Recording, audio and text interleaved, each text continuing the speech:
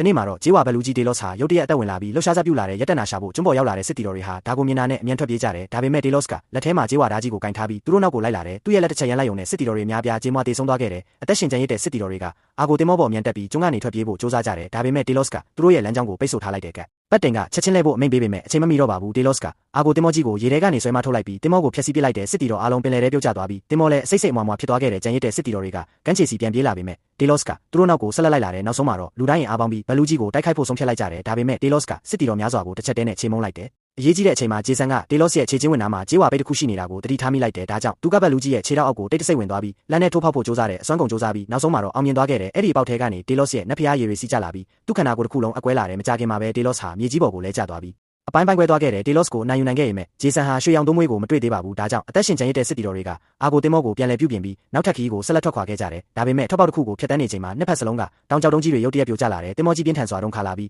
နင်းမြုပ်တော့မဲ့အခြေအနေဖြစ်သွားတယ်ဒီအချိန်မှာဂျေဆန်ကအဆောင်လက်ဖွဲတစ်ခုကိုပင်လယ်ထဲပစ်ချလိုက်တယ်ချက်ချင်းပဲပင်လယ်နက်ဖျားထရိုင်နုံပေါ်လာခဲ့တယ်ထရိုင်နုံကသူ့ရဲ့လက်နှစ်ဖက်နဲ့တောင်ကြောက်တုံးကြီးတွေကိုထိန်းထားပေးခဲ့တာကြောင့်အာကိုတင်မောဟာအနေရကင်းကင်းနဲ့ဖျက်တန်းနိုင်ခဲ့တယ်မကြခင်မှာသူတို့ဟာနောက်ထပ်ကျွန်းတစ်ကျွန်းကိုရောက်ရှိလာတယ်အဲ့ဒီကျွန်းမှာမျက်မမြင်ဘိုးအိုတယောက်နေထိုင်နေခဲ့တယ်အဘိုးအိုကသူ့ကိုအမြဲနှောက်ယှက်နေတဲ့စောင်းသမားနှစ်ယောက်ကိုဖမ်းပေးနိုင်ရင်ရွှေရောင်သုံးမွေးရဲ့ဒီနေရာကိုပြောပြမယ်လို့ဆိုတယ်ဒါကြောင့်ဂျေဆန်ကဖျားเจ้าထဲမှာထောင်ချောက်တစ်ခုဆင်ထားလိုက်ဘယ်ညရောက်တဲ့အခါစောင်းသမားနှစ်ယောက်ရောက်လာပြီးထောင်ချောက်ထဲကျသွားခဲ့တယ်ဂျေဆန်ကသူတို့ကိုအောင်မြင်စွာဖမ်းမိခဲ့တယ်ကတိတိုင်းဘိုးအိုကရွှေရောင်သုံးမွေးဟာကိုးခေတ်နိုင်ငံတော်ထဲမှာရှိကြောင်းပြောပြခဲ့တယ်မကြခင်မှာပဲသူတို့ဖွဲ့ဟာကိုးခေတ်နိုင်ငံတော်ကိုရောက်ရှိလာတယ်ဘုရင်ကသူတို့ကိုနွေးနွေးထွေးထွေးကြိုဆိုခဲ့ရမယ်တတိလျော့သွားတဲ့အချိန်မှာစစ်တီတော်အားလုံးကိုဖမ်းဆီးကြုံနှောင်လိုက်တယ်အဲ့ဒီအချိန်မှာတစ္ဆာဖောက်တယောက်ပေါ်လာပြီးဂျေဆန်ဟာရွှေရောင်သုံးမွေးကိုခိုးယူဖို့ရောက်လာတာဗျအကြောင်းဘုရင်ကိုဖွင့်ဟလိုက်တယ်ဒါပေမဲ့ကိုးခေတ်နိုင်ငံရဲ့မင်းသမီးကတော့ဂျေဆန်ကိုမြင်မြင်ချင်းချစ်မိသွားခဲ့တယ်အဲ့ဒီညမှာသူမကတော့ကိုခိုးယူပြီးဂျေဆန်ကိုတိတ်တဆိတ်လွတ်ပေးခဲ့တယ်မင်းသမီးရဲ့လမ်းညွှန်မှုနဲ့ဂျေဆန်ဟာရွှေရောင်သုံးမွေးကိုနောက်ဆုံးမှရှာတွေ့သွားခဲ့တယ်ဒါပေမဲ့ရွှေရောင်သုံးမွေးကိုထိလိုက်တဲ့အချိန်မှာပဲခေါင်းခုန်နှလုံးပါတယ်မြေကြီးတစ်ကောင်ပေါ်လာခဲ့တယ်ဂျေဆန်ဟာမြေကြီးနဲ့တိုက်ခိုက်ရမှာအလွန်ခက်ခဲခဲ့ရမယ်အခွင့်အရေးတစ်ခုကိုဖမ်းဆုပ်နိုင်ခဲ့တယ်သူကမြေကြီးရဲ့နှလုံးသားကိုဓာတ်နဲ့ထိုးလိုက်ပြီးနောက်ဆုံးမှအနိုင်ယူနိုင်ခဲ့တယ်အခုတော့ဂျေဆန်ဟာရွှေရောင်သုံးမွေးကိုရရှိသွားပြီဖြစ်ပြီးမင်းသမီးနဲ့အတူထွက်ပြေးဖို့စီစဉ်လိုက်တယ်ဒါပေမဲ့လမ်းမှာဘုရင်ရဲ့မြတ်သမားတွေကတားဆီးခဲ့ကြတယ်တိုက်ပွဲအတွင်းမင်းသမီးဟာမတော်တဆမြတ်တဆင်းထိမှန်ပြီးနှလုံးကိုထိုးဖောက်ခံလိုက်ရတယ်ဒါကိုမြင်တဲ့ဂျေဆန်ကရွှေရောင်သုံးမွေးကိုမင်းသမီးရဲ့ခန္ဓာကိုယ်ပေါ်ချက်ချင်းလွှမ်းကြုံပေးလိုက်တယ်အန်ဩစရာကောင်းစွာနဲ့မင်းသမီးဟာအသက်ပြန်ရှင်လာခဲ့တယ်ဒါပေမဲ့ဘုရင်ကလက်မလျှော့သေးပဲအယိုးစုစစ်သားတွေကိုဆေးလွတ်လိုက်တယ်ဂျေဆန်ကသူတို့ကိုပင်လယ်ဘက်စီဆွဲခေါ်သွားပြီးနောက်ဆုံးမှာအယိုးစုစစ်သားအလုံးပြိုကွဲပျက်စီးသွားခဲ့ကြပါတယ်